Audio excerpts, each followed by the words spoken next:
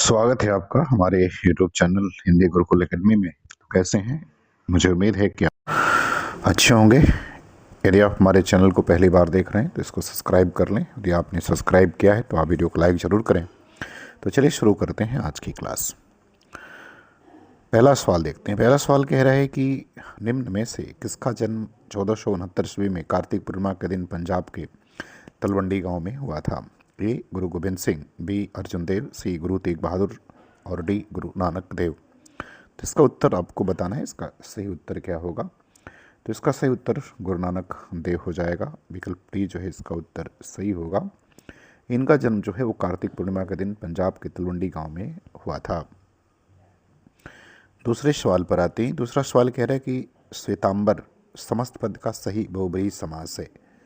ये आपको बताना है। ए कह रहे कि अंबर श्वेत, बी कह रहे कि अंबर श्वेत की तरह का, बी कह रहे श्वेत है अंबर जिसके अर्थात सरस्वती जी, और सी कह रहे कि श्वेत रूपी अंबर।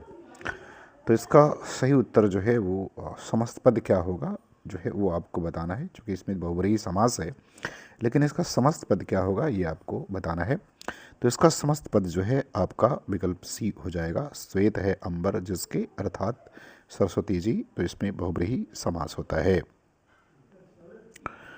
तीसरे सवाल पर आते हैं। कह रहे कि निम्न में खादी और खादी शब्दयुग्म के सही अर्थ वाला विकल्प कौन सा है ये आपको बताना है। ए कह रहे किनारा गर्भ, बी कवच कटीला, सी चाबुक नया और डी कह रहे कि खाना और उर्वरक। तो आपको बताना है कि खादी और खादी जो शब्द युग्म है इसका सही अर्थ जो है वो क्या होगा ये आपको बताना है। तो इसका सही अर्थ जो हो जाएगा वो हो जाएगा कवच और कटीला, अर्थात विकल्प बी जो है इसका उत्तर क्या होगा वो आपका करेक्ट आंसर जो है वो हो जाएगा। चौथे सवाल पर आते हैं। चौथा सवाल कह रहे हैं कि औघट शब्द में कौन सा उपसर्ग लगा हुआ है ये आपको बताना है। ए कह रहा औ, बी कह रहा औ, सी कह रहा अब और डी कह रहा है कि ओह। तो आपको इस चौथे सवाल का उत्तर बताना है। इसका सही उत्तर जो है वो क्या होगा? तो औघट शब्द में औ उपसर्ग लगा हुआ है। विकल्प ए उत्तर इसका क्या है वो सही हो जाएगा। सवाल नंबर 5 पर आते हैं। 5 नंबर सवाल में क्या कह रहा है? कह रहा है कि उदित उदयगिरी मंच पर रघुबर बाल पतंग, बिकसे संत सरोज बन हर्षे लोचन भृंग। इसमें कौन सा अलंकार है ये आपको बताना है। ए श्लेष अलंकार, बी यमक अलंकार, सी विवशा अलंकार और डी कह रहा है कि रूपक अलंकार। तो आपको ये बताना है कि इसमें कौन सा अलंकार है। तो उक्त पंक्ति में जो है वो रूपक अलंकार है। विकल्प डी इसका उत्तर क्या है वो सही हो जाएगा। अब आते हैं सवाल नंबर 6वें पर। 6वां सवाल क्या कह रहा है? कह रहा है कि कुछ छात्र आज विद्यालय नहीं आए, वाक्य में विशेषण का भेद है। ए व्यक्तिवाचक विशेषण, बी गुणवाचक विशेषण, सी संख्यावाचक विशेषण और डी कह रहा है कि सार्वनामिक विशेषण। तो आपको बताना है कि कुछ छात्र आज विद्यालय नहीं आए, इसमें विशेषण का कौन सा भेद है। तो इसमें विशेषण का जो भेद है वो संख्यावाचक विशेषण का भेद है। विकल्प सी जो है इसका उत्तर क्या हो जाएगा वो इसका उत्तर सही हो जाएगा। अब अगर देखें तो ये अनिश्चित संख्यावाचक विशेषण का भेद है। क्योंकि संख्यावाचक विशेषण दो तरह का होता है, एक निश्चित संख्यावाचक और एक अनिश्चित संख्यावाचक विशेषण। बात करते हैं सवाल नंबर 7 की। 7 नंबर सवाल में कह रहे हैं कि निम्न विकल्पों में से उस विकल्प का चयन करें जो प्रत्यय से बने शब्द का सही विकल्प नहीं है। अर्थात आपको इन शब्दों में से उसका चयन करना है जो प्रत्यय से नहीं बना है। ए धार्मिक, बी कुख्यात, सी पाठक और डी शालीनता। तो इसमें से बताना है आपको कि कौन जो है वो प्रत्यय से निर्मित नहीं है। तो इसमें कुख्यात शब्द जो है वो प्रत्यय से निर्मित नहीं है। विकल्प बी इसका उत्तर क्या होगा वो सही हो जाएगा। यह को उपसर्ग से बना हुआ शब्द है। बाकी इक, अक और ता प्रत्यय से बने हुए शब्द हैं। सवाल नंबर 8 पर आते हैं। 8 नंबर सवाल कह रहा है कि निम्न विकल्प में से उस विकल्प का चयन करें जो उपसर्ग से बने शब्द का सही विकल्प नहीं है। तो जो उपसर्ग से नहीं बना है उसके बारे में आपको बताना है। ए कह रहा आरोग्य, बी दुर्जन, सी चटनी और डी पंचरंगा। तो आपको बताना कि कौन सा इसमें से ऐसा शब्द है जो उपसर्ग से नहीं बना है। तो वो उपसर्ग से जो नहीं बना है वो विकल्प सी हो जाएगा। चटनी जो है ये उपसर्ग से नहीं बना है बल्कि नी प्रत्यय के योग से ये बना हुआ है। सवाल नंबर 9 पर आते हैं। 9 नंबर सवाल में कह रहा है कि निम्न विकल्प में से उस विकल्प का चयन कीजिए जो अन्य पुरुषवाचक सर्वनाम का सही विकल्प है। ए मेरा, बी हमको, सी तुम्हारा और डी वह। तो आपको इसमें से अन्य पुरुषवाचक सर्वनाम के सही वाले विकल्प का चयन करना है। तो अन्य पुरुषवाचक अगर सर्वनाम की बात करें तो उसका उत्तर विकल्प डी हो जाएगा। वह जो है ये अन्य पुरुषवाचक सर्वनाम का क्या है, वो उदाहरण है। सवाल नंबर 10 पर आते हैं। 10 नंबर सवाल में कह रहा है कि मैंने आज घर की सफाई नहीं की। ये वाक्य का कौन सा भेद है? ए संकेतवाचक वाक्य, बी संदेहवाचक वाक्य, सी निषेधवाचक वाक्य और डी विधानवाचक वाक्य। तो आपको इसका उत्तर बताना है कि मैंने आज घर की सफाई नहीं की, ये वाक्य का कौन सा भेद होगा। तो ये वाक्य का निषेधवाचक वाक्य इसका का भेद होगा ये, अर्थात विकल्प सी जो है इसका उत्तर क्या होगा, वो सही हो जाएगा। निषेधवाचक वाक्य में किसी बात के न होने का बोध होता है। 11 नंबर सवाल पर आते हैं। 11 नंबर सवाल में कह रहा है कि निम्न विकल्प में से संयुक्त वाक्य को पहचानिए। एक है कि हमने पानी बरसता हुआ देखा और घर में शरण ली। बे है कि जब तुम लौट कर आओगे तब मैं आऊँगा। सी आज हिंदी की कक्षा नहीं होगी और डी तुम्हारे पिताजी पुस्तक पढ़ रहे हैं। आपको ये बताना कि इसमें से कौन सा जो है वो संयुक्त वाक्य का उदाहरण है। तो विकल्प ए जो है ये संयुक्त वाक्य का उदाहरण है। ए उत्तर इसका क्या होगा, वो सही हो जाएगा। बात करते हैं सवाल नंबर 12 की। 12 नंबर सवाल में कह रहा है कि सोना का पर्यायवाची शब्द नहीं है। ए हाटक, बी कुंदन, सी मैं, डी हेम। तो आपको बताना कि कौन जो है इसमें सोना का पर्यायवाची शब्द नहीं है। तो सोना का पर्यायवाची शब्द इसमें मैं जो है ये सोना का पर्याय नहीं है। हाटक, कुंदन, हेम सोना के पर्यायवाची हैं। इसके अलावा स्वर्ण, स्वर्ण, कंचन, हाटक, कनक, रण, जादू, कुंदन ये सभी जो है सोना के पर्यायवाची होते हैं। बात करते हैं सवाल नंबर 13 की। कह रहा कि स्वर्गारोहण का सही संधि विच्छेद वाला विकल्प पहचानिए।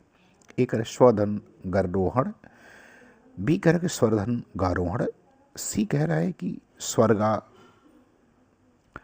प्लस रोहण और डी कह रहा है कि स्वर्ग प्लस आरोहण। तो आपको ये बताना है कि इसमें से कौन सा उत्तर जो है वो सही होगा। तो स्वर्गारोहण का विकल्प जो सही होगा वो हो जाएगा स्वर्ग प्लस आरोहण होगा, अर्थात इसका उत्तर जो है विकल्प डी जो है होगा क्या होगा, ये सही हो जाएगा। यही इसका शुद्ध संधि विच्छेद होगा और इसमें दीर्घ संधि का ये उदाहरण है। बात करते हैं सवाल नंबर 14 की। 14 नंबर सवाल में कह रहा है कि निम्न विकल्प में से अपकृति का विलोम शब्द क्या होगा। अपकृति का विलोम बताना है। ए कह रहा अपयस, बी कह रहा कि उपचय, सी कह रहा सुकृति और डी कह रहा सुवर्ण। तो आपको अपकृति का क्या बताना है, विलोम बताना है। तो अपकृति का विलोम जो है सुकृति होगा। विकल्प सी इसका उत्तर क्या है, वो सही हो जाएगा। बात करते हैं सवाल नंबर 15 की। 15 नंबर सवाल में कह रहा है कि या अनुरागी चित्त की गति समझे नहीं कोय, ज्यों ज्यों बूढ़े श्याम रंग त्यों त्यों उज्ज्वल होए। इस पंक्ति में कौन सा अलंकार है। ए उत्प्रेक्षा, बी विरोधाभास, सी भ्रांतिमान और डी कह रहा है कि उपमा। तो आपको 15 नंबर प्रश्न का उत्तर बताना है। इसका सही उत्तर क्या होगा। तो देखिए उपरोक्त पंक्ति में विरोधाभास अलंकार है।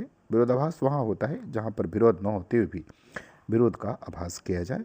तो विकल्प बी जो है इसका उत्तर क्या होगा, वो आपका करेक्ट आंसर हो जाएगा।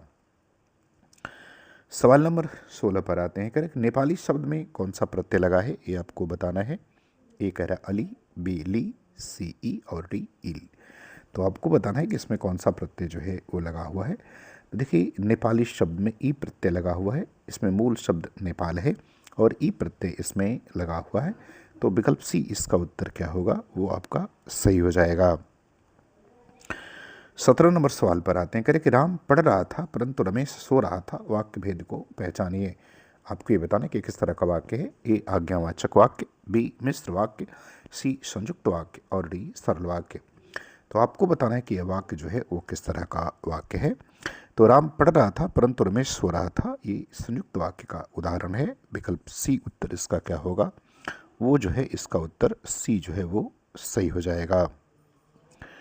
अब आते हैं सवाल नंबर 18। 18 नंबर सवाल में कह रहे हैं कि जिसकी आशा न की गई हो का एकार्थी शब्द क्या होगा? ए अगोचर, बी अनुनय, सी अतीन्द्रिय और डी कह रहा है कि अप्रत्याशित। तो आपको ये बताना है कि जिसकी आशा न की गई हो तो उसे हम अप्रत्याशित कहते हैं। विकल्प डी इसका उत्तर क्या होगा? वो सही हो जाएगा। वह जो देखा न जा सके उसके लिए हम अगोचर शब्द का प्रयोग करते हैं। रूठे हुए को मनाना, इसके लिए अनुनय शब्द का जो है हम प्रयोग करते हैं। और जिसका अनुभव इंद्रियों द्वारा ना हो सके उसको हम अतीन्द्रिय कहते हैं। बात करते हैं सवाल नंबर 19 की। 19 में कह रहे कि निम्न विकल्प में से उस विकल्प का चयन कीजिए जो भाववाचक संज्ञा का सही विकल्प नहीं है। ए अध्यापन, बी भ्राता, सी डकैती और डी शत्रुता। तो आपको बताना है कि इसमें से कौन सा जो शब्द जो है वो भाववाचक संज्ञा का उदाहरण जो है वो नहीं है। तो इसमें अगर उत्तर देखा जाए तो विकल्प बी सही होगा। भ्राता जो है वो भाववाचक संज्ञा का उदाहरण नहीं है, जबकि सभी के सभी जो है अध्यापन, डकैती और शत्रुता ये भाववाचक संज्ञा के उदाहरण हैं। सवाल नंबर 20 पर आते हैं। 20 में कह रहे हैं कि निम्न विकल्प में से उस विकल्प का चयन कीजिए जो भाववाचक संज्ञा का सही विकल्प नहीं है। तो इसमें भी जो भाववाचक संज्ञा का सही विकल्प नहीं है वो आपको बताना है। ए कह रहा है रुलाई, बी अध्यापन, सी सामाजिकता और डी कह रहा है छोटा। तो जो भाववाचक संज्ञा का उदाहरण नहीं है वो आपको बताना है। तो यदि इसका उत्तर देखा जाए तो विकल्प डी हो जाएगा। छोटा जो है ये भाववाचक संज्ञा का उदाहरण नहीं है, बल्कि छोटा एक प्रकार का विशेषण है। बात करते हैं सवाल नंबर 21 की। करेक्ट निम्नलिखित में बंदर क्या जाने अदरक का स्वाद लोकोक्ति का सही अर्थ क्या है? ए करेक्ट छिपे ढंग से चाल चलना, बी बुद्धि भ्रष्ट होना, सी चालाकी से काम करना और डी मूर्ख को गुड़ की परख ना होना। तो आपको 21 वाले प्रश्न का सही उत्तर जो है वो बताना है। तो इसका सही उत्तर हो जाएगा मूर्ख को गुड़ की परख ना होना, अर्थात विकल्प डी उत्तर इसका सही होगा। 22 नंबर सवाल पर आते हैं। 22 नंबर सवाल में कह रहे कि चिर जीवी जोरी जुरे क्यों न स्नेह गंभीर को घटिए ब्रजभानुजा वे हलदर के वीर। इस पंक्ति में कौन सी शब्द शक्ति है ये आपको बताना है। ए रूढ़ी लक्षणा, बी अभिधा शब्द शक्ति, सी व्यंजना शब्द शक्ति और डी कह रहा कि प्रयोजनवती लक्षणा। तो आपको बताना कि कौन सी शब्द शक्ति इसमें है। तो इसमें जो है वो व्यंजना शब्द शक्ति है, अर्थात विकल्प सी इसका उत्तर क्या होगा? वो आपका करेक्ट आंसर जो है वो हो जाएगा। शब्द के जिस व्यापार से मुख्य और लक्ष्य अर्थ से भिन्न अर्थ की प्रतीति होती है उसे हम व्यंजना शब्द शक्ति कहते हैं। अब बात करते हैं सवाल नंबर 23 की। 23 में कह रहा है कि निम्नलिखित में अंधों के आगे रोना अपना दीदा खोना, इस लोकोक्ति का अर्थ क्या होगा ये बताना है। ए करे कि अपने घर या गली मोहल्ले में बहादुरी दिखाना, बी आमदनी से अधिक खर्च, सी करे कि अपनी इज्जत अपने हाथ होती है और डी मूर्खों को सदुपदेश देना या अच्छी बात बताना व्यर्थ है। तो आपको बताना है कि इसका सही अर्थ जो है वो क्या होगा। अंधों के आगे रोना अपना दीदा खोना, मतलब मूर्खों को सदुपदेश देना या अच्छी बात बताना व्यर्थ है। तो विकल्प डी इसका उत्तर क्या होगा? वो सही हो जाएगा। अब आते हैं सवाल नंबर 24। 24 नंबर सवाल में कह रहे हैं कि निम्नलिखित में उड़ती चिड़िया को पहचानना मुहावरे का सही अर्थ क्या है ये बताना है। ए करे कि मन की या रहस्य की बात तुरंत जानना, बी करे कि अनहोनी या लिख से हटकर बात करना, सी करे फिक्र या चिंता करना, डी करे कि दूसरे को नीचा दिखाने के प्रयास में स्वयं नीचा देखना। तो इसका सही उत्तर बताना है कि उड़ती चिड़िया को पहचानना। तो उड़ती चिड़िया को पहचानना तो इसका अर्थ हो जाएगा मन की या रहस्य की बात को जो है वो तुरंत जानना। तो विकल्प ए उत्तर इसका क्या होगा? वो आपका करेक्ट आंसर हो जाएगा। बात करते हैं सवाल नंबर 25 की। 25 सवाल में करें कि उधर गरजती सिंधु लहरियाँ कुटिल काल के जालों सी चली आ रही फेन उगलती फन फैलाएं ब्यालों सी, इस पंक्ति में कौन सा रस है ये आपको बताना है। ए अद्भुत रस, बी भयानक रस, सी करुण रस, डी विभत्स रस। तो आपको बताना है कि इसमें कौन सा रस है। तो इसमें जो है वो आपका भयानक रस है। विकल्प बी उत्तर इसका क्या होगा? वो सही हो जाएगा। भयानक रस किसी भयानक दृश्य को देखने से उत्पन्न भय की स्थिति को हम भयानक रस कहते हैं। तो मुझे उम्मीद है कि वीडियो आपको पसंद आएगी। अच्छा लगे तो आप चैनल को सब्सक्राइब जरूर करें। पूरा वीडियो देखने के लिए आपका बहुत बहुत धन्यवाद।